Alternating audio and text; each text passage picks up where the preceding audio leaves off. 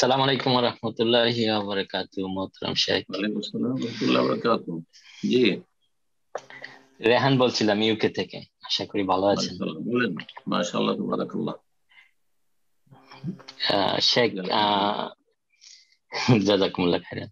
শেখ, আম, আমার একটা প্রশ্ন হচ্ছে যে সালাফের মানাজ থেকে আমরা জানতে পারি যে শিরকি বিদাতীদের সাথে চলাফেরা নিষেধ, এমনকি কঠোরভাবে নিষেধ। কিন্তু তাদের সাথে মুআমালাত, তাদের কাছে গিয়ে দাওয়াত ইসলাহ করা যাবে, বোঝানো যাবে। এখন আমাদের আলুল হাদিস ওলামারা বাংলাদেশের প্রেক্ষাপটে আমি বুঝছি যে শিরকি বিদাতি মাহফিল কমিটি আছে, তাদের দাওয়াতে সেখানে যান, ওয়াজ করেন, নসিহা করেন। এমনকি অনেক সময় দেখা যাচ্ছে যে যাদের ওয়াজ জলসার মধ্যে কিছু বিদাতি বক্তারাও থাকে বা খারেজিও থাকে।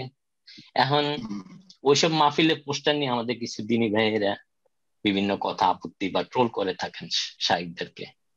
তো এই নিয়ে আপনার মূল্যবান মতামত কামনা করছি। জাযাকুমুল্লাহ খাইরান, আমার জন্য দোয়া করবেন। জি, বেদাতীদের সাথে সালাফদের নীতিমালা হচ্ছে যে তাদের সাথে চলাফেরা করবে না।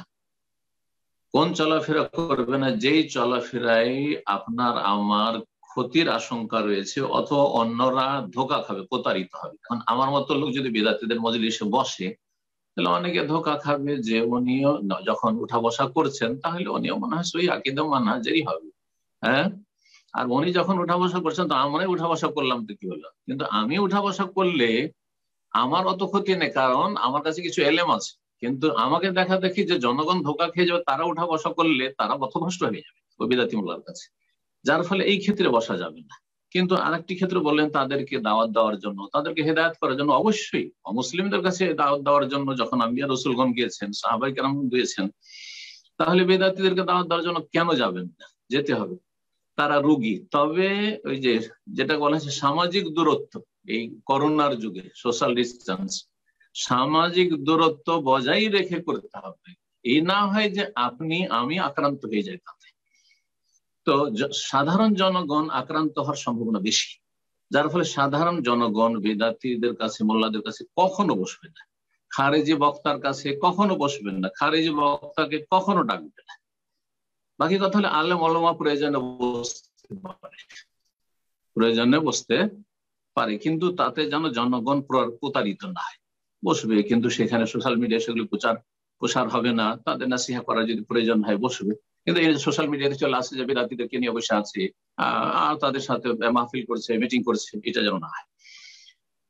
তারপরে যে বিষয়টি আরো বললেন বিশেষ করে, সেটা হচ্ছে যে এমন কিছু মাহফিল দেশে হচ্ছে যে মাহফিল হচ্ছে জগা খিচড়ি।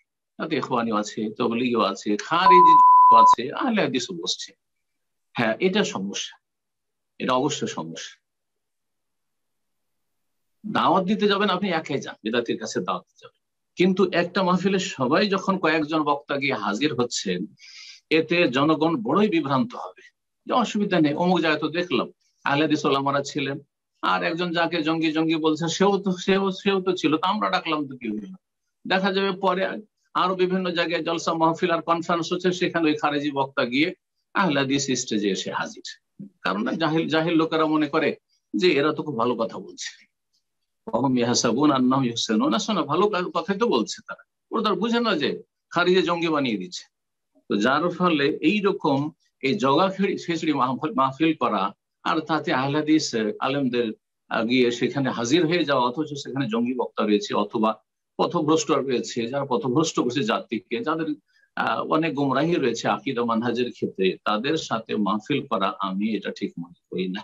এতে মানুষ ধোঁকা খাবে, ক্ষতিগ্রস্ত হবে। আবার বলছি, যদি যেতে হয় দাওয়াত দিতে বেদাতীদেরকে, অবশ্যই যেতে হবে দাওয়াত। এটা তো একটা দাওয়াতের বিশাল একটা ক্ষেত্র।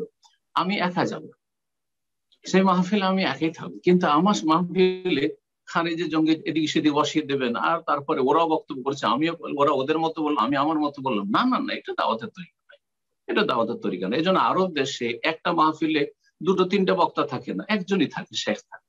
একজন শেখ 1 ঘন্টা আলোচনা করবে, এই তরিকাটাই হচ্ছে ফলপ্রসূ। আর আমাদের দেশে যে ওই যে দুপুর থেকে শুরু করলো, বিকাল থেকে শুরু করলো, রাত 12টা পর্যন্ত, রাত 3টা পর্যন্ত, অথবা 10টা পর্যন্ত, যাই কর 5 ঘন্টা 10 ঘন্টা চলতে আছে। এতে কোনো লাভ হয় না। এতে হাট বাজার করার, হইচই করা ছাড়া, আর কিছু কালেকশন করা ছাড়া, আর কিছু প্রসার করা। প্রসার কিসের প্রসার? মাদ্রাসার একটু অ্যাডভার্টাইজ হয়ে গেল, আর মসজিদের কিছু কালেকশন হয়ে গেল, কিছু বাস ধুমধাম করা মানুষ পছন্দ করে।